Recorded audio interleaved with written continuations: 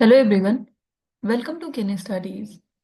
आज है 23 फरवरी और आज की डेट में हम 2 दिनों के जो करंट अफेयर्स की क्वेश्चंस हैं उनको कवर करेंगे। इस सेशन में जो टॉपिक्स हैं वो है फ्यूचर ब्रांड इंडेक्स 2024। देन हम देखेंगे एक्सरसाइज कोमोडो के बारे में। शो लीडरशिप कॉन्क्लेव ये अभी हाल ही में आयोजित किया गया, ये हम देखेंगे। सिस्मिक एक्टिविटीज के बारे में देखेंगे। देन हम देखेंगे रेयरेस्ट ऑफ रेयर डॉक्ट्रिन, यह भी काफी चर्चा में रही है। इसके साथ ही हम देखेंगे open air art wall museum जो कि भारत में पहली बार स्थापित किया गया है, ये देखेंगे। जो लेजिस्लेटिव असेंबलीज होती हैं वहां पे ट्रांसलेशन सिस्टम किस तरीके से कार्य करता है या इनमें क्या परिवर्तन हाल ही में किया गया है, ये देखेंगे। देन हम देखेंगे मुल्ला पेरियार डैम के बारे में। उसके बाद देखेंगे एमओयू साइन हुआ है जो ट्रेन सर्विसेज हैं उनको लेकर के, ये हम देखेंगे किस देश के साथ हुआ है और क्या है इस एमओयू में। देन हम देखेंगे हाल ही में एफबीआई के नए डायरेक्टर नियुक्त किए गए हैं, वो कौन है। और साथ ही देखेंगे कि 2047 तक जो भारत का जीडीपी है वो कितना एक्सपेक्टेड है। शुरू करते हैं। आज का फर्स्ट क्वेश्चन है, which company ranked second globally in the Future Brand Index 2024 ahead of brands like Apple and Nike? यहाँ पर आपसे पूछा जा रहा है फ्यूचर ब्रांड इंडेक्स 2024 में कौन सी कंपनी एप्पल और नाइकी जैसे ब्रांडों से आगे विश्व स्तर पर दूसरे स्थान पर रही है। आपके ऑप्शंस हैं गूगल, सैमसंग, माइक्रोसॉफ्ट या फिर रिलायंस।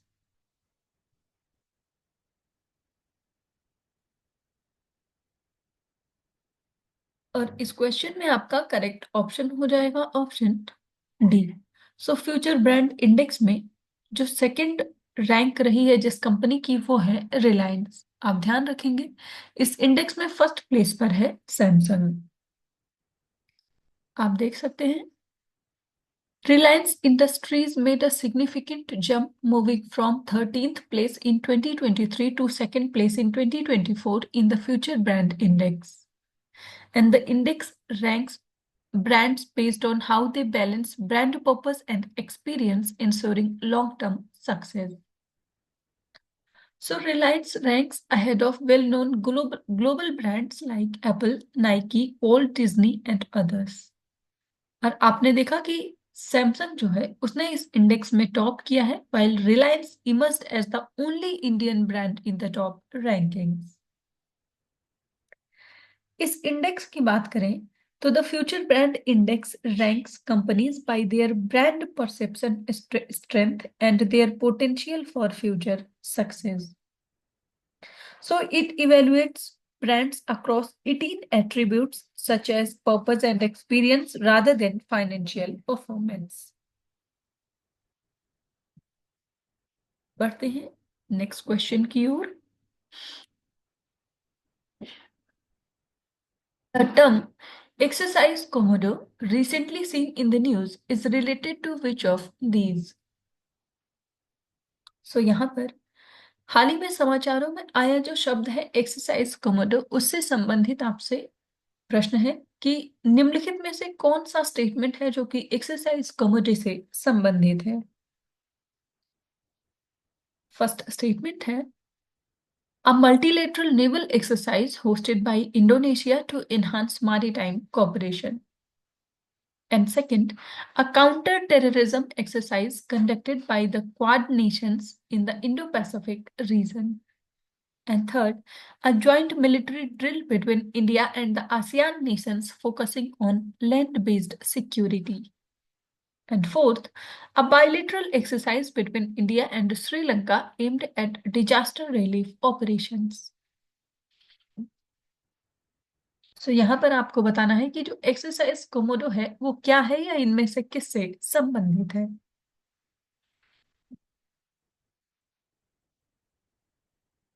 और इस क्वेश्चन में आपका करेक्ट ऑप्शन हो जाएगा option A. So it is a multilateral naval exercise hosted by Indonesia to enhance maritime cooperation. आप देख सकते हैं The Indian Navy participated in exercise Komodo 2025, a multilateral naval exercise hosted by Indonesia in Bali. And the exercise focuses on non-combat maritime cooperation, aligning with India's Sagar vision, जिसका full form है Security and Growth for All in the Region. So exercise Komodo का जो objective है वो है to strengthen maritime cooperation among friendly nations, then enhance interoperability with the ASEAN navies and Quad partners, and also supporting regional maritime security in the Indo-Pacific region. So exercise Komodo जो है इसको पहली बार launch किया गया था 2014 में। आपने देखा कि इसका नेचर है non combat multilateral naval exercise और इसका होस्ट नेशन है इंडोनेशिया। बढ़ते हैं नेक्स्ट क्वेश्चन की ओर। Which leader inaugurated the first edition of the Seoul Leadership Conclave on 21st of February 2025 at Bharat Mandapam in Delhi? तो यहाँ पर आपसे पूछा जा रहा है कौन सा नेता 21 फरवरी 2025 को दिल्ली के भारत मंडपम में सोल लीडरशिप कॉन्क्लेव के पहले संस्करण का उद्घाटन करेगा। के ऑप्शंस हैं president Droupadi Murmu, prime minister Narendra Modi, home minister Amit Shah या फिर भूटान प्राइम मिनिस्टर शेरिंग तोब्गे।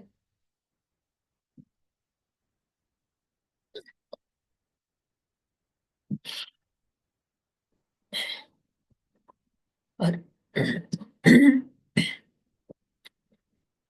और इस क्वेश्चन में आपका करेक्ट ऑप्शन हो जाएगा ऑप्शन बी। सो इस कॉन्क्लेव को इनॉग्रेट करेंगे Indian prime minister Narendra Modi. आप देख सकते हैं prime minister Narendra Modi inaugurated the first edition of the Soul leadership conclave on 21st of February at Bharat Mandapam New Delhi. So Prime Minister of Bhutan, Daso Sering Tokbe, was the guest of honor and delivered the keynote address.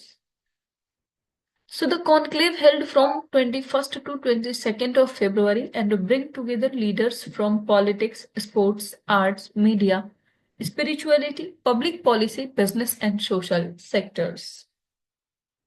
So the event focused on leadership collaboration through leadership and learning from the both failures and successes to inspire young audiences. और ये जो soul conclave है, soul की बात करें तो उसका full form होता है school of ultimate leadership and it is a new leadership institution in Gujarat aimed at advancing public good through authentic leadership.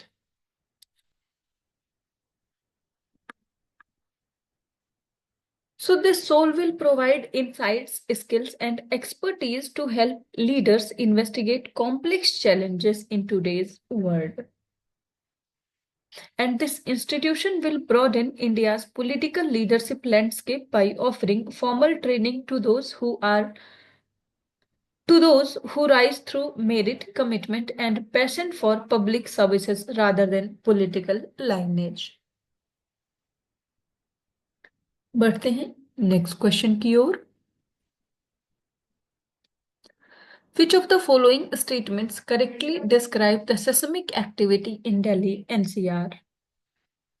So यहाँ पर आपसे पूछा जा रहा है निम्नलिखित में से कौन सा एक कथन दिल्ली एनसीआर में जो भूकंपीय गतिविधियां हैं उनका सही वर्णन करता है।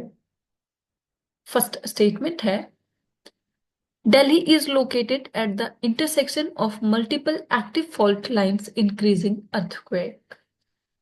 And second, most earthquakes in Delhi originate from the Indo-Burma seismic zone. And third, Delhi has never experienced an earthquake of magnitude greater than 6.0 on the Richter scale. And fourth, seismic waves travel slower in regions with a high population density.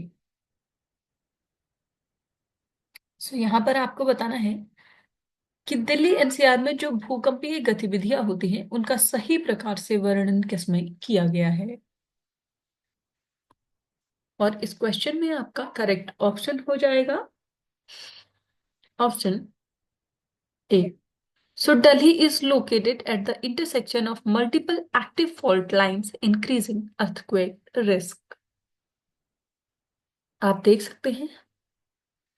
So Delhi is located at the junction of several active faults, making it highly vulnerable to seismic activity.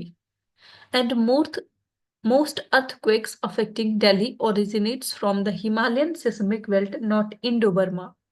And Delhi has experienced earthquakes above magnitude 6.0 in the past. Seismic waves travel through geological formations not based on the population density. So earthquake के बारे में बात करें तो an earthquake is a sudden release of energy in the earth's crust causing seismic waves and it occurs due to tectonic plate movements along fault lines. इसके साथ ही सेलो earthquake ये term काफी चर्चा में रहा है। सो सेलो अर्थक्वेक्स ओरिजिनेटिंग 5 और 10 kilometres below the surface tend to cause more damage than those originating deep below the surface.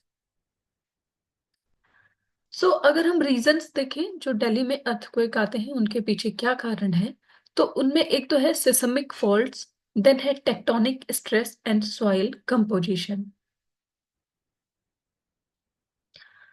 So India's seismic zoning map की बात करें तो it is divided into the 4 zones जिनमें कि 2, 3, 4 एंड 5 शामिल है। सो जोन 5 जो होता है वो होता है हाईएस्ट सिस्मिक एक्टिविटी का, जिसमें कि हिमालयन रीजन आता है।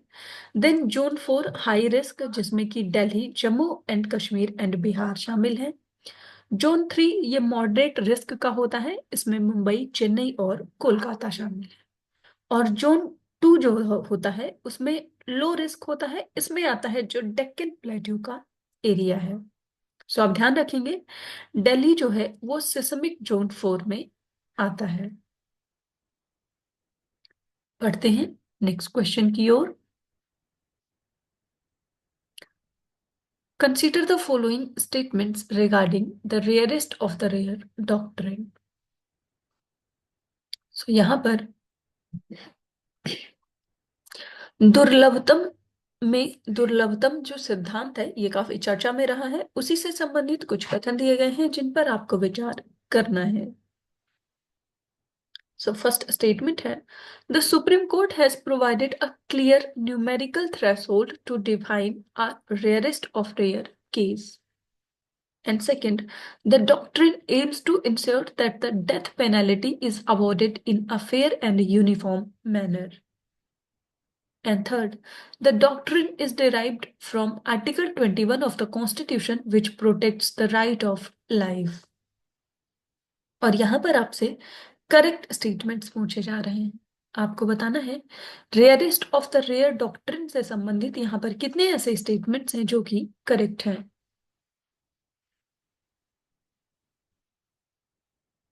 और इस क्वेश्चन में आपका करेक्ट ऑप्शन हो जाएगा ऑप्शन बी। सो यहाँ पर 2 ही स्टेटमेंट्स करेक्ट हैं और वो करेक्ट स्टेटमेंट्स हैं सेकंड और थर्ड, जबकि फर्स्ट स्टेटमेंट आपका इनकरेक्ट है। आप देख सकते हैं so the supreme court has not provided a numerical threshold for what constitutes a rarest of the rare case and the application remains subjective. So the rarest of the rare doctrine governs the imposition of the death penalty in India.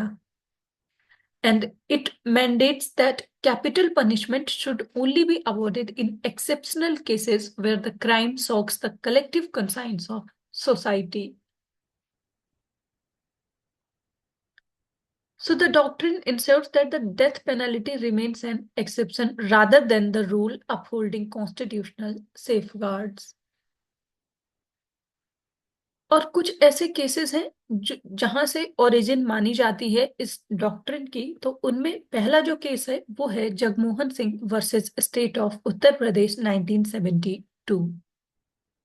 So, in this case, Supreme Court upheld the constitutionality of the death penalty, stating it does not violate Article 14, 19, and 21.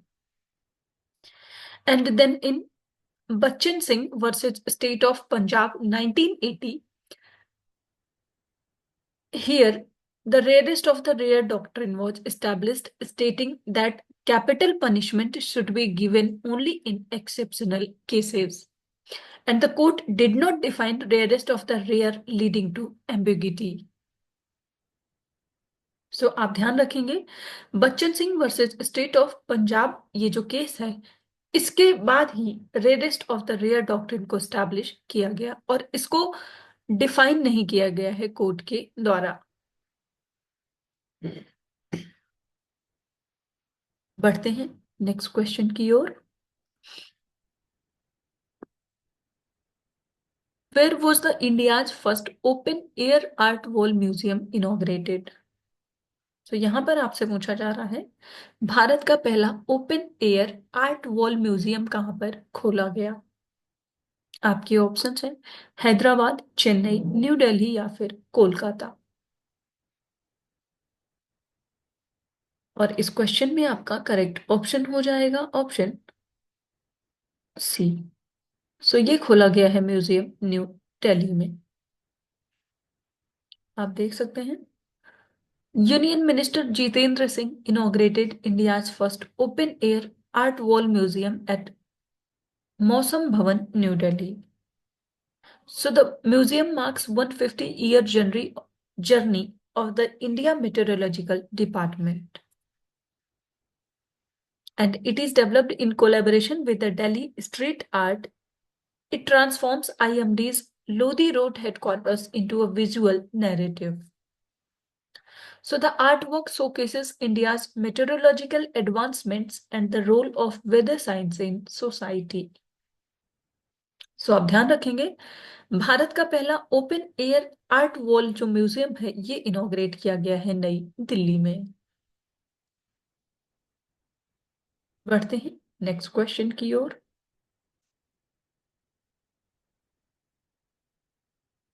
Which state has become the first in India to have a translation system in the legislative assembly? So यहाँ पर आपसे पूछा जा रहा है कि कौन सा राज्य विधानसभा में अनुवाद प्रणाली लागू करने वाला भारत का पहला राज्य बन गया है? आपके ऑप्शंस हैं उत्तर प्रदेश, मध्य प्रदेश, महाराष्ट्र या फिर बिहार।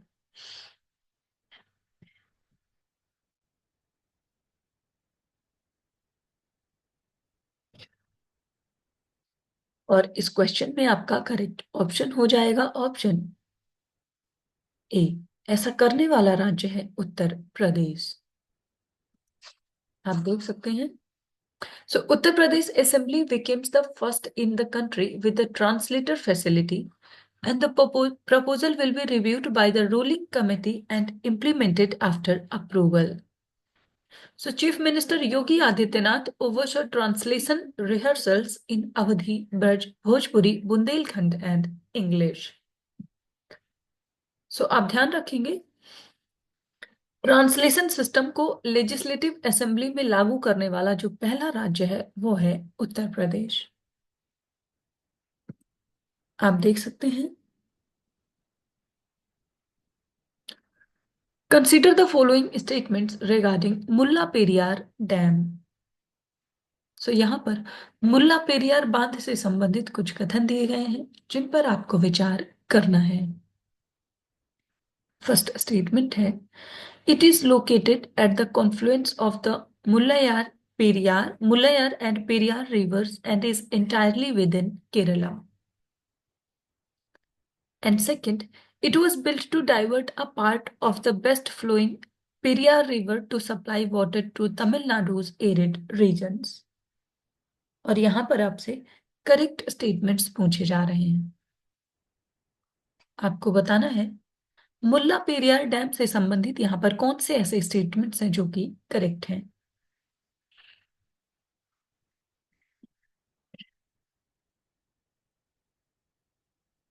और इस क्वेश्चन में आपका करेक्ट ऑप्शन हो जाएगा ऑप्शन सी। सो यहाँ पर फर्स्ट और सेकंड दोनों ही स्टेटमेंट्स आपके करेक्ट हैं। आप देख सकते हैं। So recently, the Supreme Court directed a supervisory committee constituted by the center on 3rd of January and chaired by the head of the National Dam Safety Authority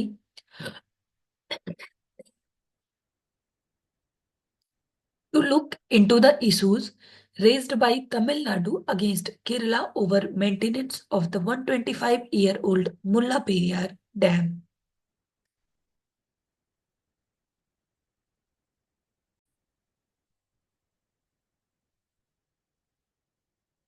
So the Mulla Periyar Dam is situated at the confluence of Mullayar and Periyar rivers and is entirely within Kerala, specifically in Idukki district. So this dam was constructed in the late 19th century with the primary purpose of diverting water from the Periyar river, which naturally flows westward towards the drier region of the Tamil Nadu. So this was done under a 1999-year lease agreement signed between the British-ruled Madras Presidency and the princely state of Travancore in 1886.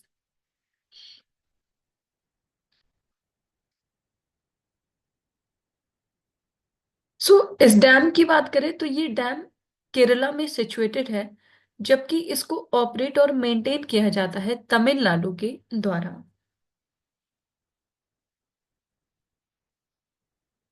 So safety concerns इसका ये है that Kerala has raised concerns over the dam's age and structural integrity seeking to decommission it and construct a new dam. So इस वजह से ये problem चल रहा है। बढ़ते हैं नेक्स्ट क्वेश्चन की ओर।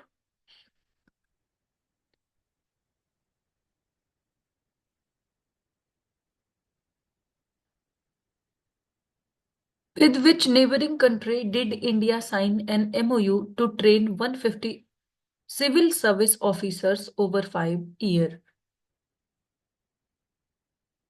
यहाँ पर भारत ने किस पड़ोसी देश के साथ 5 वर्षों में 1500 सिविल सेवा जो अधिकारी हैं उनको प्रशिक्षित करने के लिए समझौता किया है? आपकी ऑप्शंस हैं बांग्लादेश, श्रीलंका, म्यांमार या फिर अफगानिस्तान। और इस क्वेश्चन में आपका करेक्ट ऑप्शन हो जाएगा ऑप्शन बी। ये एमओयू साइन हुआ है इंडिया और श्रीलंका के मध्य। आप देख सकते हैं India and Sri Lanka have signed an MOU to train 1500 Sri civil service officers over 5 years. So the training program will be conducted by the India's National Center for Good Governance and Sri Lanka's Institute of Development Administration. And this MOU was signed in December 2024 during Sri Lankan President Anura Kumara Dishanayaka's visit to New Delhi. And a delegation led by NCGC Director General Dr. Surendra Kumar Bagade visited Sri Lanka to finalize the implementation process.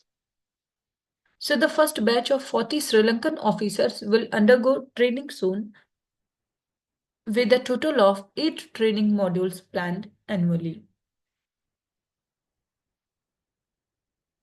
NCGC की बात करें तो ये एक autonomous institution है under the government of India focusing on capacity building and governance reforms. It provides training programs for civil servants from India and neighboring countries. बढ़ते हैं next question की ओर।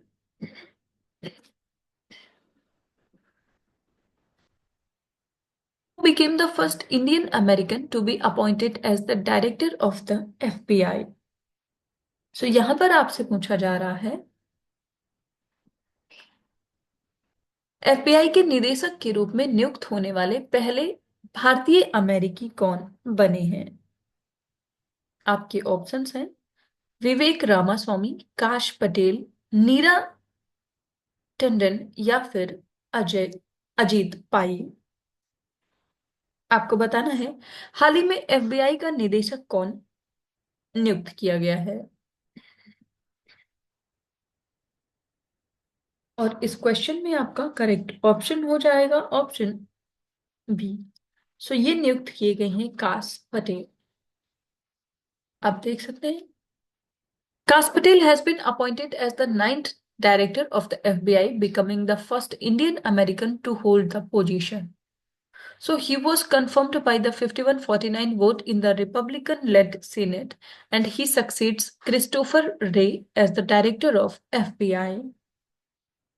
So Patel vowed to restore trust in the FBI and ensure the agency remains transparent and accountable. The White House supported his confirmation, emphasizing the importance of enforcing justice fairly. So previously, Kast served as the Chief of Staff at the Department of Defense, and he also worked as the Deputy Director of the National Intelligence under President Trump.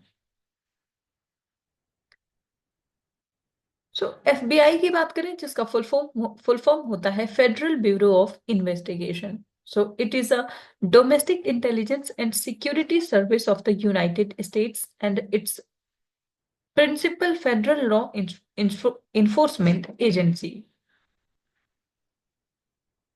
So FBI को form किया गया था 1908 में और इसका headquarter है Washington DC में।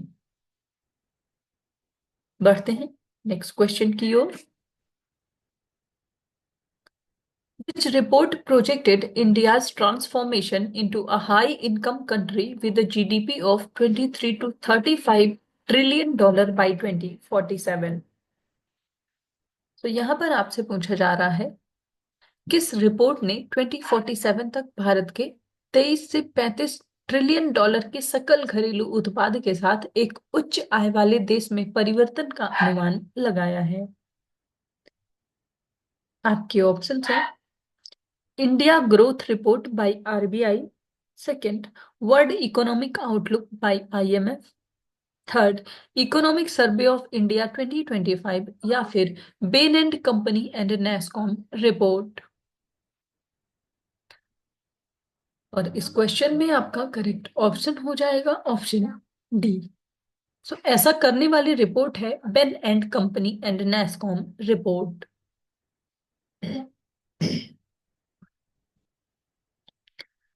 आप देख सकते हैं The report by Ben and Company and NASSCOM projected India's transformation into a high-income country with a GDP of 23 to 35 trillion dollar by 2047. So the report attributes this growth to sustained annual GDP expansion of 8 to 10%. The key drivers include demographic dividend, technological innovation, and sectoral transformation. And the five strategic growth sectors are electronics, energy, chemicals, automotive, and services. So, India's renewable energy share is expected to rise from 24% in 2023 to 70% in 2047, transitioning from a net energy importer to a net exporter. इस report की अगर की findings की बात करें तो इस report के अनुसार India is set to become a high income economy by 2047।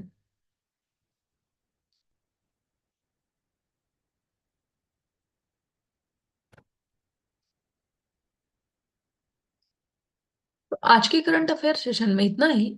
Thank you for watching. Do like share and subscribe.